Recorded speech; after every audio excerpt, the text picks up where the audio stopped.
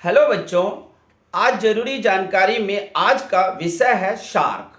Shark को हिंदी में दक्षेस कहते हैं। आपको क्वेश्चन आएगा दक्षेस से क्या समझते हैं, फिर आप इसको लिखना। पहले फुल फॉर्म समझ लो।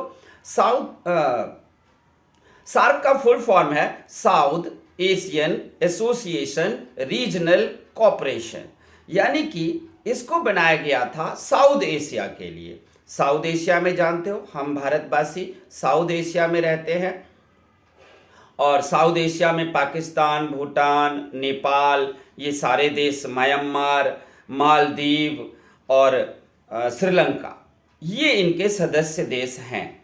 लेकिन एक और बात बता दूं कि सार्क का भी अब कोई भविष्य नहीं है।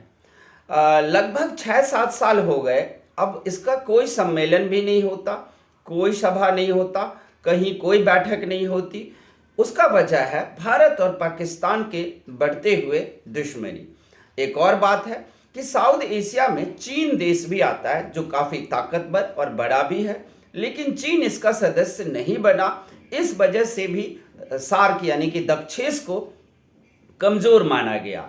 और चलो, कमज़ोर माना गया, चीन ना रहे कोई बात नहीं, लेकिन भारत तो सबसे शक्तिशाली देश इसका सदस्य था और हर साल इसकी चल रहा था सम्मेलन भी, बैठक भी।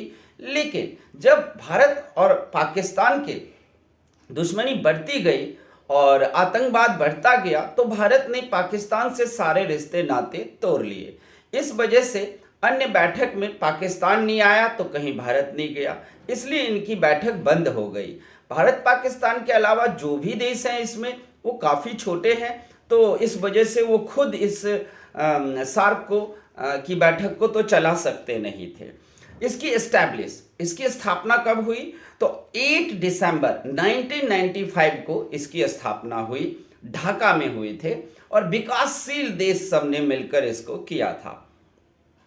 कारण क्या था?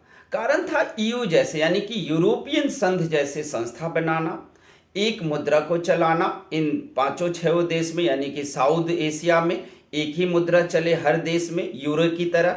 इसीलिए इनके सदस्य देशों ने यूरोपीय संघ ईयू की तरह इस संस्था को बनाया। इसके अलावा इनका मकसद था आर्थिक तरक्की करना, आपसी विश्वास को बनाए रखना, क्योंकि साउथ एशिया में आपसी विश्वास की बहुत कमी है। चाहे वो भारत श्रीलंका हो, भारत पाकिस्तान हो, भारत चीन हो, सब में आपसी विश्वास बहुत ही कम है। इसके अलावा इसकी बैठक जो है 11 जैन 1985 को बैठक हुआ, 1986 को हुआ, फिर 1987 को काठमांडू में हुआ, और इसका हेड ऑफिस भी काठमांडू में ही रखा गया है। और वैसे भी जो लास्ट सम्मेलन था वो काठमांडू में ही हुआ, और उसके बाद कोई इसका नहीं हुआ है। अब मुझे लगता है कि ये सार्क और दक्षेस भी भंग ही हो जाएगा। अभी भंग करने की कोई घोषणा तो नहीं हुई है, लेकिन मुझे लगता है कि कुछ दिनों में ये भंग हो जाएंगे। देखते हैं कि अगर भंग नहीं होता है तो मेरे हिसाब से दक्षेस सार्क एक बहुत ही अच्छी संस्था थी, जिससे बहुत ही फायदा होता साउथ एशिया के, यानी कि दक्षिण एशिया के देशों को। जिस प्रकार आसियान से मलेशिया, इंडोनेशिया, थाईलैंड, वियतनाम सबको फ़ायदा हुआ आसियान बनाने से, और आसियान अभी कंटिन्यू चल भी रहा है, लेकिन शार्क की कोई बैठक नहीं हो रही है, इसकी कोई भविष्य नहीं है, और लगभग आप तय मानो कि इसका भी भंग हो ही चुका है, क्योंकि कोई बैठक ही नहीं होता तो फिर क्या। तो इसलिए अब देखते हैं कि इसकी घोषणा कब होती है कि अब दक्षेस नहीं रहा, दक्षेस को भंग कर दिया गया।